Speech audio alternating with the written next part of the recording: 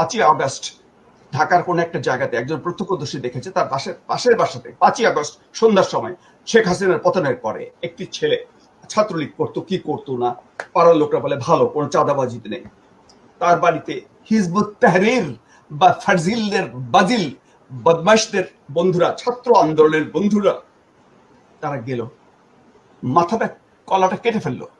এটাই কি জিহাদ? ডোনাল্ড রু কি জানে না? জানে। ভয়ঙ্কর ব্যাপার। হিজবুত তাহরীর তো তুমি গুগল করে দেখো ইউরোপের অনেক দেশে ব্যান্ড। তাহলে তো দেখা যাচ্ছে পররাষ্ট্র মন্ত্রণালয় ডোনাল্ড রু এই সার্জিল না ফাজিল এইসব শিবির জাতীয় ছেলেদেরকে মাথা হাত বুলিয়ে দিচ্ছে। কিন্তু তুমি জানো 2012 সালে নাফিস নামে একটা বাচ্চা ছেলে, এই সার্জিলের বয়সী হবে, আমেরিকায় ছাত্র হিসেবে এসেছিল, সে নিউ ইয়র্কে বোমা ফুটাতে চেয়েছিল, তাকে 30 বছর জেল দেওয়া হয়েছে। ডোনাল্ড রুর মতো লোকরা, তাদের দৃষ্টিচার ছিল সোজা কথা, স্ট্রেট কথা, হয়তো একটা দ্বীপ চাচ্ছিল। কেন? চীনকে ঠেকাতে হবে না? ভারত ও মোদিও কি করবে? আমেরিকা যখন চাচ্ছে। তালিবান হলো পাকিস্তানে, তালিবান আফগানিস্তানে ফুটলো, বিকশিত হলো, আল কায়দাকে আনলো, টুইন টাওয়ার করলো। আমেরিকা ও আমাকে মারলো, যাও বোমা করো। Is it A policy? এটা আমেরিকা করে যাচ্ছে। আজকে বাংলাদেশে কি হয়েছে? একটা দ্বীপ চাই চীনকে ঠেকা। খুনি ইহাইয়া নাথিয়া গলিতে বৈঠক হলো, তুই জানো না বোধহয় 71-এ কি হয়েছিল? নাথিয়া গলিতে গোপন বৈঠক, পাকিস্তান হলো তাদের বলো আমি কি বলবো উপপত্নী বা আমেরিকার কিছু একটা পায়ের তলায়, কারণ পাকিস্তান আমেরিকাকে বেচ দিয়েছে। পাকিস্তান একটা নষ্ট জাতি, নষ্ট দেশ। আমেরিকা প্রেমে পড়ে গেল পাকিস্তান, তখন চীনের সাথে যুদ্ধ, তখন চীনকে কোলে আনলো। বাংলাদেশ স্বাধীনতা যুদ্ধ শুরু হচ্ছে, বেজিং পিকিং রেডি থেকে বলছে বাংলাদেশের পুতুল সরকার আসছে ইত্যাদি ইত্যাদি, মানে বাংলাদেশের বিরোধিতা করছে চীন।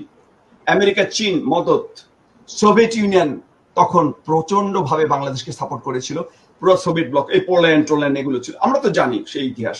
ইন্দিরা গান্ধী কি করেছে সোভিয়েত এই ব্যাপার, 25 বছরের চুক্তি করেছে ভারতের সাথে, এবং সে বাংলাদেশ স্বাধীনতার পিছনে সোভিয়েত ভারতের না থাকলে আজকে 9 মাস হতো না, 9 হয়তো 50 বছর লাগতো। কারণ ভারত লবি করেছে, জাতিসংঘে কি কাজ করেছে আমার কাছে সে রেকর্ড আছে। হাসান ফেরদৌস নামে এক ভদ্রলোক, উনি কাজ করতেন জাতিসংঘ, উনি একটা আর্টিকেল লিখেছিলেন, পড়লে বুঝবে কিভাবে ভেটো গুলো চেক করে।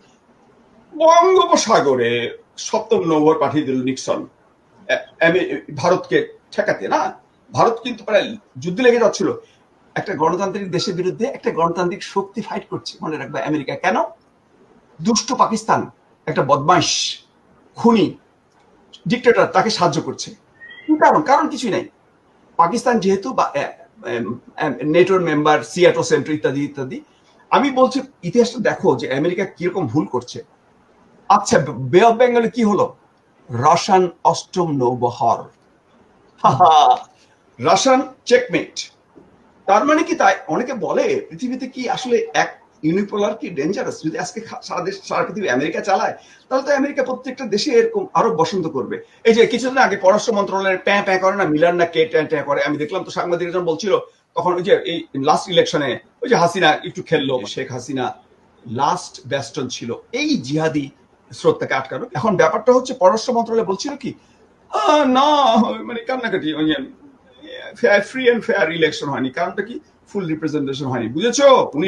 2018 সালে যুক্তরাষ্ট্র পররাষ্ট্র মন্ত্রণালয় চিন্তা করে ফুল রিপ্রেজেন্টেশন তো হয়নি। আমি এখন তোমাকে একটা পয়েন্ট বলি, ডাবল স্ট্যান্ডার্ড। হামিদ কারজাই, আশরাফ গনি, আব্দুল্লাহ এরা কি ইলেকশন করেছে? আফগানিস্তানের ম্যাক্সিমাম লোক তালিবানদের সাপোর্ট করে এবং তালিবান একটা ফোর্স। এখন আমি বলছি যে পররাষ্ট্র মন্ত্রণালয় যখন বললে, তখন আমার একটা কথা মনে হলো, আফগানিস্তানে হামিদ কারজাই তো তালিবানদেরকে ইলেকশনে আনিনি। বিপুল, তোমার কি প্রশ্ন জাগে না যে ওটা কি ফ্রি অ্যান্ড ফেয়ার ইলেকশন হয়েছিল? কিন্তু আমেরিকান সোলজাররা ছিল সেখানে।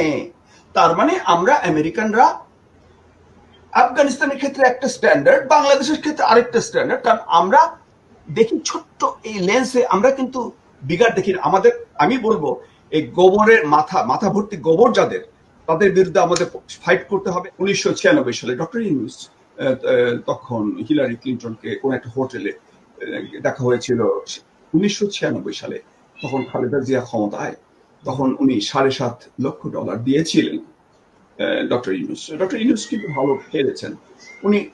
আমি কিছু ডকুমেন্ট পেয়েছি, নরওয়ে প্রচুর টাকা দিয়েছিল ওনাকে, সুইডেনও দিয়েছিল, পরে আফসোসও করেছে, যাক ওটা অন্য ব্যাপার। কিন্তু উনি যে ক্লিন্টনের সাথে বন্ডিংটা হয়ে গেল সে প্রসঙ্গে আসছি। এটা ধরো 2012 বা 11 দিকে বাংলাদেশ এম্বাসি ইন ওয়াশিংটনে একটা অনুষ্ঠানে গিয়েছিলাম, তখন কিন্তু শেখ হাসিনা ক্ষমতায়। সেই সময় বাংলাদেশ এম্বাসি তো আওয়ামী লীগের এম্বাসি, ইয়েস আওয়ামী লীগপন্থী, তাই না? একটা অনুষ্ঠান হচ্ছে, আমি গিয়েছিলাম। যুক্তরাষ্ট্র পররাষ্ট্র দপ্তরের একজন কর্মকর্তা, সাউথ এশিয়ান ডেস্কের অ্যাসিস্ট্যান্ট সেক্রেটারি অফ স্টেট মঞ্চে উঠে বলল, বর্তমানে বাংলাদেশ সরকার ডক্টর ইউনুসকে যেভাবে হেনস্থা করছে, আমরা এর প্রতিবাদ করি, আমরা বারবার সরকারকে বলেছি। তো আমার তখন মনে হচ্ছিল আসলে ইউনুস বোধহয় কেন, তখন ওবামা ক্ষমতায়, হিলারি ক্লিন্টন তখন পররাষ্ট্র মন্ত্রী, তো যাক মিলে গেছে। ওসমান ফারুক যে বিএনপির ছিল শিক্ষামন্ত্রী এবং যে বঙ্গবন্ধুর নামটা মুছেছিল এবং যাকে আনার জন্য বঙ্গবন্ধু সাইন করেছিল আমেরিকা আসার জন্য, কিন্তু সে টিপিক্যাল বিএনপির মতো পিছনে ছুরি মেরে দিয়েছে। সে শিক্ষামন্ত্রী থাকালীন বঙ্গবন্ধুর নামটা মুছেছিল একবার কারিকুলাম থেকে, তোকে জানি ডিপ স্টেট তুমি জানো বোধ। ডিপ স্টেটটা যেমন ধরো ডিজিএফআই, আয়নাঘর, হয়তো শেখ হাসিনা জানেও না বাংলাদেশের ডিজিএফআই কি করছে না করছে, কারণ মিলিটারির হাতে পড়ে। আয়নাঘরের জন্য মিলিটারি পুরোপুরি দায়ী, এটা হাসিনা দায়ী না। তেমনি আমেরিকায় যখন মানে বুশ যখন ফাইট করলো, যুদ্ধ করলো আফগানিস্তানে আর ইরাকে দুভাবে, তখন সিআইএ ওয়াটার বোর্ডিং করেছে, গোপনে করেছে। তখন ব্ল্যাক ওয়াটার কন্ট্রাক্টর ইরাকে অনেক সিভিলিয়ান মেরেছে। বুশ কি সব জানে? হাসিনা কি সব জানতো? আমি আমি প্যারালাল করছি। আমেরিকা তো অনেক ডোনাল্ড লুর বস যারা আর কি, আমি বলছি প্রেসিডেন্ট বুশ, ডোনাল্ড লু তো তার পায়ে পড়বে, বুশ প্রেসিডেন্টের পায়ে। তো ও তো একটা ক্যারানি মাত্র, বা ফাস এরা কি? আমি বলছি প্রেসিডেন্ট বুশ হয়তো অনেক কিছু জানতো না। সিআইএ কি করেছে? অনেক আজে বাজে কাজ করেছে। এই ডোনাল্ড লুরা মনে করে এই ফার্গিলরা বোধহয় এথিস্ট হবে। তারা তো আর জানে না যে এদের ভেতরের পিছনে হেজবুত তাহরির, ওদের ব্রেইন ওয়াশড। এটা বুঝতে টাইম লাগে কখন জানো? নাফিসের মতো একটা ছেলে এসে যখন বোমা ফুটায় আমেরিকাতে, তখন আমেরিকা বাংলাদেশি মানে কি জিহাদি আছে। কুয়েতে ছিলাম বেশ কয়েক বছর, তখন পাকিস্তানি পাসপোর্টধারীদেরকে কুয়েত গভর্নমেন্ট সন্দেহ করতো। বলে রাখি, আমি একটা বিল্ডিং কিছুদিন ছিলাম শহরে, সিভিলিয়ান এরাকে ইন্ডিয়ান সবখানে ভরা। কুয়েতি ইন্টেলিজেন্স আসে খোঁজ করলো এই বিল্ডিং এ কোনো পাকিস্তানি আছে কিনা। বুঝে রাখো পাকিস্তানদের কি অবস্থা। এখন বাংলাদেশের অবস্থাটা পাকিস্তানের মতো হয়ে গেছে, কারণ বাংলাদেশের পাকিস্তান তো প্রায় একই হয়ে যাচ্ছে এখন প্রায়, তাই না? এখন মিডল ইস্টের লোকরা, আমি বলবো এমিরেটস, সৌদি আরব, কুয়েত, এইসব দেশের সরকাররা কিন্তু বাংলাদেশিদেরকে সন্দেহ করবে, কারণ বাংলাদেশিরা জিহাদি হয়ে যাচ্ছে। ঠিক আছে, ওটা আমি আবার বলবো।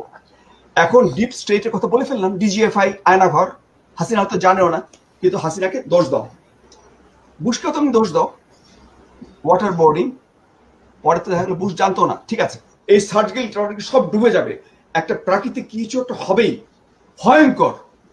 তখন মানুষ হাসিনাকে, এবং শেখ হাসিনা যে কি মানুষ আমি জানি। ডক্টর ইউনুস কখনো মুখে বঙ্গবন্ধু শব্দ উচ্চারণ করে, আমি কিন্তু ফলো করছিলাম তাকে। তো উনি ধরলাম আওয়ামী লীগ পছন্দ করেন, আমিও আওয়ামী লীগের বিরাট ভক্ত না, আমি কখনো আওয়ামী লীগ করিও নেই, কিন্তু আমি 71-এর একজন বড় সৈনিক। তো ডক্টর ইউনুস কিন্তু কখনো বঙ্গবন্ধু বলেন, বাংলাদেশকে স্বাধীন করেছে, কিন্তু মুখে ভাসুরের নামটা উনি বোধহয়, বিপুল আসেন অনেকে ভাসুরের নামটা বলতে লজ্জা পাচ্ছে, দেখ বলেন। ডক্টর ইউনুস সাহেব বঙ্গবন্ধু বলেননি, উনি কখনো শহীদ মিনারে যাননি। আর মিরপুরে মার্টার্স কি জানি ওটাকে কি বলো তোমরা বাংলায়? মিরপুরে যে শহীদ বুদ্ধিজীবী উনি যান। হয় কি আসলে উনি ব্যস্ত, তো উনি তো ওয়ার্ল্ড ব্যাংকের সাথে জড়িত, তারপরে এই সুইডেন, নরওয়ে, তাছাড়া গ্রামীণ ব্যাংকের অনেক বড় প্রজেক্ট। আসলে হয় কি সবার তো সময় হয় না, তাই না? এটা শহীদ মিনারে যাওয়ার কি দরকার? শহীদ মিনারে যাবে, ছেলে পেলেরা যাবে একটু ফুল বাংলা, আমার যাওয়ার, আমি একজন বিদেশে ঘুরি টুরি, আমার সময় আছে শহীদ মিনারে যাওয়ার। আর বঙ্গবন্ধু নামটা, আমি তো 71 সালে দেশের বাইরেই তো ছিলাম। আমি বলছি ডক্টর ইউনূসের চিন্তাটা, আমি না, আমি তো 71 সালে ঢাকাতে, মানে টাঙ্গাইলে, তখন কাদের সিদ্দিকীর ফাইট চলছে, আমি টাঙ্গাইলে 9টা মাস ছিলাম। হ্যাঁ, আমি মুক্তিযুদ্ধের পক্ষে কাজ করেছি, কিন্তু আমি জেডাই পান্নার মতো অস্ত্র নেইনি, কিন্তু আমি গ্লোবালি চিঠিপত্র টুকটাক দিতাম আর কি, আমেরিকাতে জনমতের, মানে ইনডাইরেক্টলি। এমনকি আমি নিক্সনের হোয়াইট হাউসে চিঠি দিয়েছিলাম, বিপদ নিয়েছে। ঢাকা রেডিওর 2-1টা কণ্ঠ বন্ধ করেছিলাম। গতকালকার অনেক মুক্তিযোদ্ধা এখন রাজাকার হয়ে যায়। ডক্টর ইউনূস সম্প্রতি আসল জায়গায় আমি ভয়েস আমেরিকা 12 বছর কাজ করেছি। আনিস আহমেদ আমার একজন সহকর্মী ছিলেন, খুব ভালো বচনভঙ্গি, অত্যন্ত সুন্দর। আমি অত সুন্দর বাংলাও বলতে পারি না। আর আমার সত্যি কথা বলতে কি, এত বছর আমেরিকানদের সাথে কাজ করে না, আমার বাংলায় কিছুটা জড়তাও এসে গেছে। এখন আনিসের হাত পা বাঁধা। আনিস প্রশ্ন করেছিল, বঙ্গবন্ধুর বাড়িটা পোড়ানো হয়ে গেল 32 নম্বর না, অনেকে বলছে যে এটা উচিত হয়নি, তো মানে এই ব্যাপারটা মানে কি আপনি কি মনে করেন? আর বঙ্গবন্ধু ভাস্কর্য ভেঙে ফেলল। ও ডক্টর ইউনূসকে কোট করছি। ও হো, এত অতীত, অতীতকে নিয়ে বলছেন কেন? রিসেট বাটন হয়ে গেছে, ছাত্র জনতা বিপ্লব করে ফেলেছে। আমি হলে হয়তো বলতাম, ওহো ডক্টর মোহাম্মদ ইউনূস, আহা আমি তো ভুলে গেলাম, 1971 তো অনেক আগের কথা। হ্যাঁ হ্যাঁ, আমি তো থাকি ডক্টর ইউনূস, আমি আনিস আহমেদ, আমি তো থাকি আমেরিকাতে। আমেরিকার ফাউন্ডিং ফাদার হচ্ছেন জেফারসন, যিনি authors of the declaration of independence. জেফারসনের বাড়ি যে উইলিয়ামসবার্গে, সেটা তো পুড়িয়ে দেয়নি আমেরিকাতে। আরে আমেরিকাতে কত সরকার রিপাবলিকান, ডেমোক্রেট, রিপাবলিকান, মানে পরিবর্তন ঘটেছে বিরাট। জেফারসনের মূর্তিতে কেউ তো প্রস্রাব করেনি আর ভিডিও তোলেনি। হায় হায়, জেফারসনের মূর্তিতে কেউ ভাঙেনি।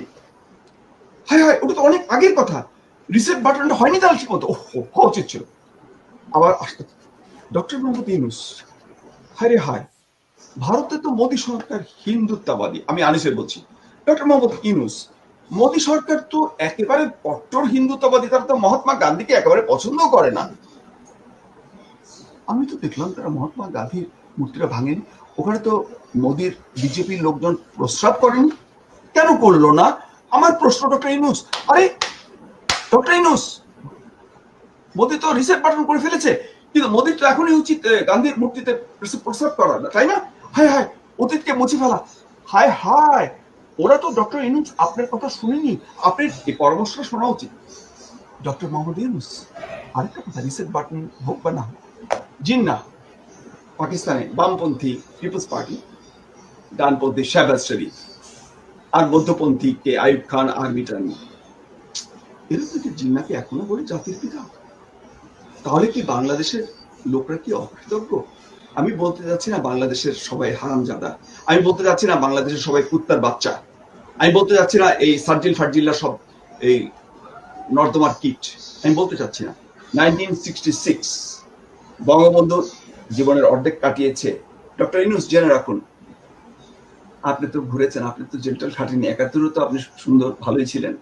71 আমি কিন্তু ভালো ছিলাম না, আমি ছিলাম টাঙ্গাইলে অন্তরীণ, আমি ছিলাম ইউনিভার্সিটিকে ছেড়ে, আমার পড়াশোনা বন্ধ হয়ে যাচ্ছিল। ডক্টর ইউনূস, বাংলাদেশ স্বাধীন হলে না হলে আমি হয়তো আমেরিকা আসতে পারতাম না। ডক্টর ইউনূস, অনেক বাংলাদেশি আজকে পতাকার জন্য আমেরিকা আসছে। ডক্টর ইউনূস, মনে রাখবেন, আমরা পতাকাকে ভালোবাসি, ওই পতাকা, যদিও আমি আমেরিকান, কিন্তু ওই পতাকার জন্যই আমি আজকে এসেছি, ওই পাসপোর্টটার জন্যই আমি আমেরিকা এসেছি। এখন আমার প্রশ্ন হচ্ছে একটাই, যে কেন কেন রিসেট বাটনের কথা আসলো, কেন ইতিহাস? আর আপনি বলছেন ছাত্র জনতার অভ্যুত্থান। হায় রে হায়, ছাত্র জনতা কি ছাত্র! এইখানে আমি আসছি, আপনি বলছেন তরুণ সমাজ। আনোর দিয়ে, মাংকি দিয়ে কিন্তু গাড়ি চালানো যায়, কিন্তু ওটা সুষ্ঠুভাবে হয় না।